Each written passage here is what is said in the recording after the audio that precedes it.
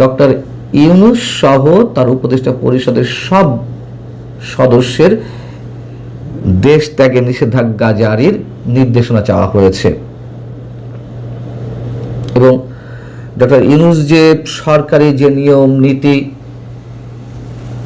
যেই ওপির মাধ্যমে টিকা আনা হতো ইউনিসেফ সহ আরও বিভিন্ন সংস্থার মাধ্যমে সরকারি পর্যায়ে, সেটিকে বাতিল করে বেসরকারি পর্যায়ে টিকা কেনার বিষয়ে সিদ্ধান্ত নেওয়া হলো। সেটির ক্ষেত্রে কি ধরনের দুর্নীতি রয়েছে, রাষ্ট্রবিরোধী যে অব্যবস্থাপনা, তার তদন্ত চাওয়া হয়েছে। কিন্তু এই রিট করার আগে রিটকারী আইনজীবী সরকারের বিভিন্ন দায়িত্বশীল ব্যক্তির কাছে লিগ্যাল নোটিশ পাঠিয়েছিল। সেই নোটিশে কি বলা হয়েছিল যে নোটিশ প্রাপ্তির 5 দিনের মধ্যে তদন্ত কমিটি গঠন এবং ডক্টর মোহাম্মদ ইউনূস সহ উপদেষ্টা পরিষদের সব সদস্যের বিরুদ্ধে দেশ ত্যাগে নিষেধাজ্ঞা জারির ব্যবস্থা করতে হবে, অন্যথায় প্রয়োজনীয় আইনগত পদক্ষেপ নেওয়ার কথা বলা হয়েছিল ওই লিগ্যাল নোটিশে। আমরা দেখলাম যে সরকার এই বিষয়ে কোনো সিদ্ধান্ত নিল না, কোনো ধরনের পদক্ষেপ নিল না। কাহিনীটা কি? পরবর্তীতে বাধ্য হয়ে সেই আইনজীবী আদালতে রিট করেছেন। আর অন্তর্বর্তী সরকারের সময়কালে যে নানান ধরনের অপকর্ম বা বিভিন্ন ধরনের কর্মকাণ্ড, বিদেশি চুক্তি থেকে শুরু করে নানান বিষয়ে তদন্ত করতে একটা তদন্ত কমিশন গঠনের আবেদন জানানো হয়েছে। এই সরকারের 18 মাসের যে অর্থনীতি, স্বাস্থ্য সহ দেশের সব ক্ষেত্রে অরাজক পরিস্থিতি সৃষ্টি করা হয়েছিল, সেসব বিষয়ে তদন্তের জন্য এই রিটটি আবেদন করা হয়েছে, যাতে ভবিষ্যতে কোনো নির্বাচিত সরকারকেও এসে কেউ উৎখাত করতে না পারে,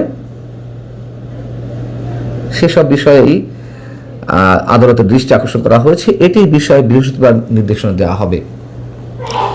এখন বিষয় হচ্ছে যে একটা তো রুল হলো, এই রুলের ভবিষ্যৎ কি তা নিয়েও আমাদের যথেষ্ট সন্দেহ যে টেলিকমিউনিকেশন যে পলিসি সেটি পরিবর্তন করা হবে কিনা, এর মাধ্যমে ডক্টর ইউনূস ফেঁসে যাবেন কিনা।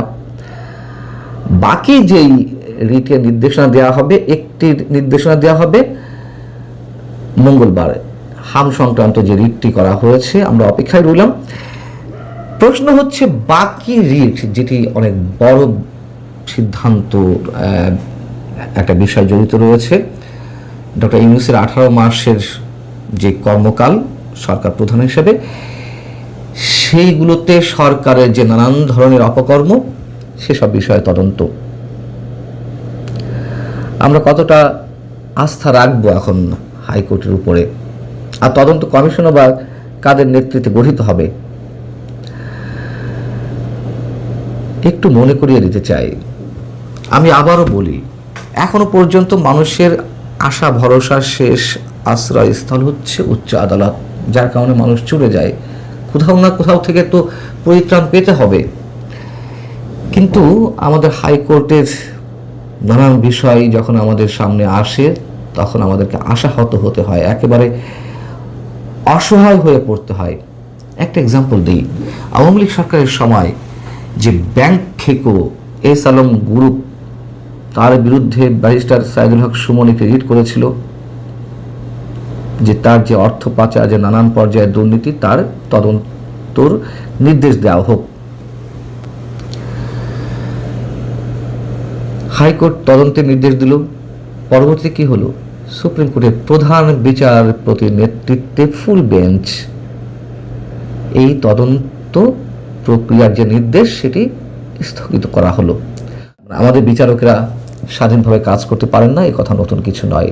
নিম্ন আদালত তো নয়, উচ্চ আদালতের ক্ষেত্রেও এরকম নানান ধরনের অভিযোগ বলি, মন্তব্য বলি, অভিজ্ঞতা বলি, অবশ্যই সেগুলো রয়েছে।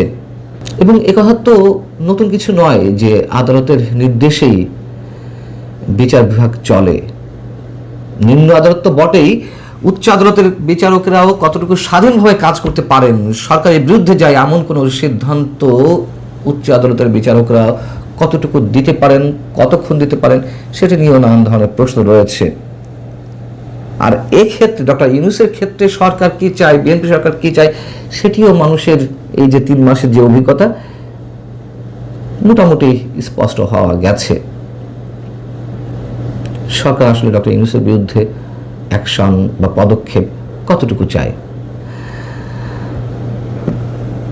গত 3 মাসে ইউনূস সরকারের উপদেষ্টাদের এক ধরনের সেফ এক্সিট দেওয়ার মানসিকতা প্রকাশ পেয়েছে আমাদের সামনে সরকারের পক্ষ থেকে। ডক্টর ইউনূস এখনো পর্যন্ত সব নিয়ম নীতি উপেক্ষা করে কিভাবে 1 বছরের জন্য ভিভিআইপি প্রোটোকল নিয়ে চলার ব্যবস্থা করে রাখতে পারেন এবং সেটি বহাল থাকে। যুক্তরাষ্ট্রের সঙ্গে যেই গোপন চুক্তিটি হলো আমাদের সার্বভৌমত্ব বিরোধী, সেটি কার্যকর করতে বীর দর্পে এগিয়ে চলেছে বর্তমান বিএনপি সরকার। হামের প্রাদুর্ভাবের জন্য ইউনিসেফ থেকে শুরু করে বিশ্ব স্বাস্থ্য সংস্থা এবং আমাদের যে জনস্বাস্থ্য বিশেষজ্ঞরা রয়েছেন তারা সবাই ইউনূস সরকারকে দায়ী করছে, কিন্তু সরকারের পক্ষ থেকে ইউনূস সরকারকে এক ধরনের সেভ করার মানসিকতা প্রদর্শন করতে দেখছি এবং তাকে সেভ করতে গিয়ে এর আগে আওয়ামী লীগ সরকারকে দোষারোপ করার এক ধরনের প্রবণতাও সরকারের খোদ প্রধানমন্ত্রী থেকে শুরু করেন বিভিন্ন মন্ত্রীদের বক্তব্যে প্রকাশ পাচ্ছে। এবং সেই সব জায়গা থেকে ডক্টর ইউনূসের এক্সটেনশন যে এই বিএনপি সরকার, সেরকম মন্তব্য অনেকে করছেন। এখন যুক্তরাষ্ট্রের যেসব এজেন্ডা ডক্টর ইউনূস বাস্তবায়ন করেছে বা করার প্রক্রিয়া রেখে গেছে, সেগুলোতে বিএনপির সাই ছিল এমন কথাও আমরা জানতে পারছি। অনেকে বলছেন যদি তাই হয় তাহলে ডক্টর ইউনূস সরকারের যেই নানান ধরনের কর্মকাণ্ড তার বিরুদ্ধে তদন্ত প্রকৃতভাবে কতখানি হবে বা সেই হিসেবে ব্যবস্থা কতখানি নেওয়া হবে, সেটি তো অনেক বড় প্রশ্নের বিষয়। জুলাই আন্দোলনের সাবেক সমন্বয়ক, কথিত সাবেক সমন্বয়ক বা আন্দোলনের পুরোধা ব্যক্তিদের অন্যতম, যিনি আবার এই মুহূর্তে জাতীয় সংসদের বিরোধী দলীয় নেতা বা সাবেক ছাত্র সমন্বয়কদের যে দল এনসিপির নেতা নাহিদ ইসলাম একটি মন্তব্য করেছেন, তা একই সঙ্গে যেমন হাস্য করে, পাশাপাশি এর সঙ্গে ডিরেক্ট কোনো কোনো বাস্তবতাও জড়িয়ে রয়েছে। আমি নিশ্চিত নাহিদ ইসলামের মন্তব্যটি আপনারা যারা এর মধ্যে শুনেছেন বা দেখেছেন তারা নিজের অজান্তেই খানিকটা হলেও অট্টহাসিতে মেতে উঠেছেন। তিনি মন্তব্য করেছেন যে রাজধানীর মিরপুর সহ দেশের বিভিন্ন জায়গায় হামলা মব হলো, স্বরাষ্ট্রমন্ত্রী কোনো ব্যবস্থা নিচ্ছেন না, সরকারের যারা দায়িত্ব পালনে ব্যর্থ তাদের সরে দাঁড়ানো উচিত। মানে তার এই যে মন্তব্যটি, এটি আমরা কিভাবে ব্যাখ্যা করব? মব যে এখনো চলছে এটা তো অবশ্য সত্য, আগের চেয়ে কিছুটা কমলেও, কিন্তু এই যে নাহিদ ইসলাম, এদের মুখে এই মন্তব্য শোনার কোনো রুচি আছে আমাদের? মবের জনক কারা? কারা মবকে এইভাবে স্টাবলিশ করলো বাংলাদেশের প্রতিটি রন্ধ্রে রন্ধ্রে? আমরা তো সবই জানি। কেন এখন নাহিদ ইসলামরা এই কথা বলছেন? নাহিদ ইসলামরা তো আর সরকারে নেই। নাহিদ ইসলামদের গুরু, নাহিদ ইসলামদের যিনি অধিকর্তা ডক্টর ইউনূস তো এখন আর ক্ষমতায় নেই, এবং প্রত্যেক ক্রিয়ারই একটি বিপরীত প্রতিক্রিয়া আছে। সেই প্রতিক্রিয়ার ভয়ে সম্ভবত নাহিদ ইসলামরা এখন এই ধরনের মন্তব্য করছেন। তিনি কি বলেছেন আরেকটু ছোট করে শোনাই। বিভিন্ন জায়গায় আপনারা মবের বিরুদ্ধে বলছেন, আন্তর্জাতিক জায়গায় আপনারা বলছেন অন্তর্বর্তী সরকারের সময় মাজারে হামলা হচ্ছে, এমনটা আপনারা বলেছেন। তাহলে আপনার সরকারের সময় তারেক রহমানকে উদ্দেশ্য করে বলছেন, আপনার স্বরাষ্ট্রমন্ত্রীর অধীনে পুলিশ কি করে যে মাজারে আবার নতুন করে হামলা হচ্ছে এবং যারা হামলা করছে তাদেরকে কেন চিহ্নিত করে কোনো ধরনের গ্রেপ্তার ও বা বিচারের আওতায় আনা হচ্ছে না? সংকট হলে অন্যের ঘরে দোষ চাপিয়ে পার পাওয়া যাবে না। আহা, কি সুন্দর দেশ দরদি জনদরদি নেতার মতন বক্তব্য। আবার এই বক্তব্যের মাঝখান দিয়ে সূক্ষ্মভাবে ডক্টর ইউনূসকে সেভ করার চেষ্টা করা হচ্ছে যে মত তো এখনো চলছে, ডক্টর ইউনূসের সরকারের সময় হয়েছে, আপনারা অভিযোগ করেছিলেন তখন। তার মানে এগুলো ডক্টর ইউনূসের সময় যে সৃষ্টি হয়েছে সমাজের পরতে পরতে ছড়িয়ে পড়েছে বিষ বৃক্ষের মতন, সেটি হালকা করার একটি অপচেষ্টা। কথাগুলো শুনতে বেশ ভালো লাগতেই পারে, কিন্তু মিরপুরের মাজারে যে হামলার ঘটনাটি ঘটলো এর সঙ্গে কারা জড়িত? অনেক ক্ষেত্রে তো প্রমাণ পাওয়া যাচ্ছে যে জামাতের নেতাকর্মীরা এর সঙ্গে জড়িত এবং তাদের 3 জনকে এই হামলার সঙ্গে জড়িত থাকার অভিযোগে গ্রেপ্তার করা হয়েছে।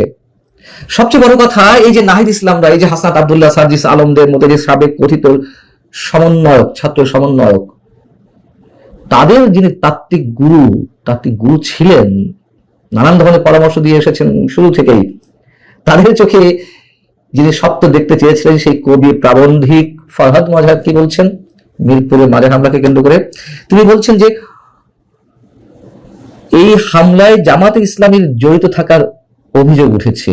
এখন তো প্রমাণিত হচ্ছে মন্দ কাজগুলো আপনারাই করে মাজারের উপর দোষ চাপাচ্ছেন। মানে নিজেরা জামাত ইসলামের নেতাকর্মীরা যে আমাদের দেশের সাংস্কৃতিক কর্মীদের উপর একের পর হামলা করলো, দেশের সংস্কৃতির উপর হামলা করলো, সেটাকে তিনি মিন করে এটি বলতে চেয়েছেন যে এখন মাজারের উপর হামলা করা হচ্ছে। কি বলবেন নাহিদ ইসলামরা? 5 আগস্টের পরে সুপ্রিম কোর্ট এলাকায় মব সৃষ্টি করে বিচারপতিদের পদত্যাগে বাধ্য করা, রাষ্ট্রের বিভিন্ন গুরুত্বপূর্ণ প্রতিষ্ঠানের প্রধানদের মব সৃষ্টি করে পদত্যাগে বাধ্য করা, সংবিধান ছুঁড়ে ফেলতে এবং রাষ্ট্রপতির অপসারণের দাবিতে বঙ্গভবন ঘেরাও করে মব সৃষ্টি করে আওয়ামী লীগকে নিষিদ্ধ করতে বাধ্য করা, যদিও বাধ্য করা নয় ইউনূস সরকারকে, এটি একটি নাটক ছিল একটা ইউনূসের। বঙ্গবন্ধুর 32 নম্বরে মব সৃষ্টি করে বুলডোজার দিয়ে একবারে গুড়িয়ে দেওয়া, এবং সেদিন 2025-এর 5 ফেব্রুয়ারি এই নাহিদ ইসলামদের অন্যতম সহযোগী ডক্টর ইউনূস সরকারের অন্যতম উপদেষ্টা আসিফ মাহমুদ সজীব ভুঁইয়া কি বলেছিল? আজ উৎসব হবে। আর এক উপদেষ্টা মাহফুজ আলম তিনি কি লিখেছিলেন ফেসবুকে? আজ ফ্যাসিবাদের তীর্থভূমি গুড়িয়ে দেওয়া হবে। এদের লজ্জা শরম নাই যে মব নিয়ে এরা কথা বলে, মব স্টার, মবের জনক হয়েও দেশের সাংস্কৃতিক কর্মীদের উপর একের পর এক হামলা করে একের পর এক সাংস্কৃতিক অনুষ্ঠান বন্ধ করে দেওয়া, যাত্রাপালা থেকে শুরু করে লালন উৎসব, নানান ধরনের আয়োজন বন্ধ করতে বাধ্য করা, হাজার হাজার মানুষকে মবের শিকার করে আহত করা, নিহত করা, মুক্তিযোদ্ধা থেকে শুরু করে প্রধান শিক্ষক কিংবা অধ্যাপক, কাউকে তো বাদ রাখা হয়নি মবের আক্রমণ থেকে। জুতার মালা পর্যন্ত পরানো হয়েছে, লাঞ্ছিত করা হয়েছে, রক্তাক্ত করা হয়েছে, গণমাধ্যম জ্বালিয়ে পুড়িয়ে দেওয়া হয়েছে।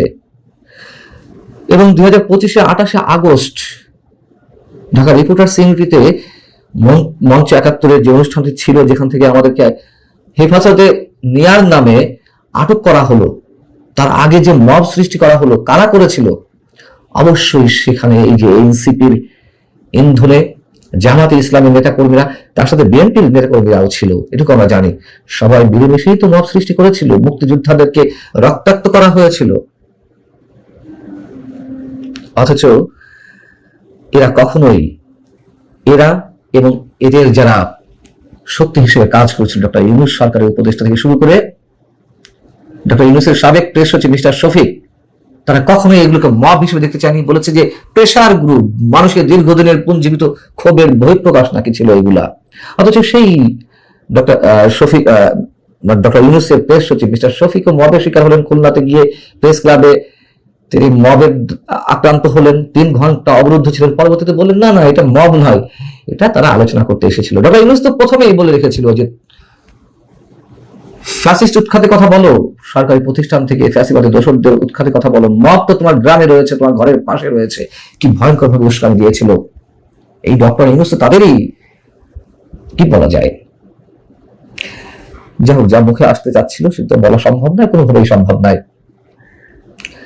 এই নাহিদ ইসলাম এই কথাগুলো যখন সোমবার একটি অনুষ্ঠানে বলছেন, সেখানে আরেকটি মন্তব্য করেছেন যে বাংলাদেশের নদীতে ভারত বাঁধ বসিয়ে ন্যায্য হিস্সা থেকে বঞ্চিত করছে, সীমান্ত সুরক্ষায় প্রয়োজনে লং মার্চ করা হবে। কোন লং মার্চ আমরা চাই? অবশ্যই, শুধু ভারত কেন, যেই রাষ্ট্রই হোক না কেন, আমাদের ন্যায্য দাবির উপরে যারা আঘাত করবে অথবা আমাদের ন্যায্যতা যারা ছিনিয়ে নেওয়ার চেষ্টা করবে, অবশ্যই তাদের বিরুদ্ধে রুখে দাঁড়াতে হবে। কিন্তু এই যে ভারতের বিরুদ্ধে লং মার্চ করার কথা বলা হচ্ছে, ন্যায্য পানির হিস্সার কথা বলা হচ্ছে, এগুলো স্রেফ রাজনৈতিক বক্তব্য, আন্তরিকতা বিন্দু মাত্র নেই। তারা তো বাংলাদেশ নিয়ে কখনো ভাবে না। এদেশে তারা রাজনীতি করছে, ভারত বিরোধিতা তাদের পুঁজি। সেই জায়গা থেকে ফারাক্কা বা গঙ্গার পানি কিংবা তিস্তার পানি কথা বলা হচ্ছে, কিন্তু যেই চুক্তিটি আমাদের স্বাধীনতার সার্বভৌমত্ব ক্ষুণ্ণ করলো, স্বাধীন সিদ্ধান্ত গ্রহণে রাষ্ট্রীয় ক্ষেত্রে আমাদেরকে একেবারে আটকে ফেলা হলো গোপন মার্কিন চুক্তির মাধ্যমে, সেটি নিয়ে এই নাহিদ ইসলামরা একটা টু শব্দ করেছে, বন্দর চুক্তি নিয়ে টু শব্দটি উচ্চারণ করেছে কখনো করিডোর ইস্যু নিয়ে, যখন করিডোর ইস্যুটা খুব বেশি আলোচনায় ছিল। পুরোপুরি মার্কিন এজেন্ট হিসেবে এরা কাজ করছে, মার্কিন এজেন্ট হিসেবে এরা ক্ষমতায় ছিল ডক্টর ইউনূসের সঙ্গে। এখনো একটা কথা পর্যন্ত বলেনি মার্কিন চুক্তি বিষয়ে। ইহা আবার করবে এদিকে রাজনীতি, ক্ষমতা তো শেষ হয়ে গেছে। এরা তো সিরেফ জামাতের বি টিম হিসেবে এখনো টিকে আছে। যে নির্বাচনে তারা যে 6টি আসন পেল, জামাতের ভোট ছাড়া তারা এককভাবে কেউ জেতার মানে সক্ষমতা রাখে, মানে এগুলো তো পুরনো কথা। শুধু বলছি এখনো পর্যন্ত জামাতের দয়ায়, জামাতের কৃপায়, জামাতের সহায়তায় এখনো পর্যন্ত তাদের অস্তিত্বটুকু রয়েছে, এটুকু থাকবে না আমরা নিশ্চিত।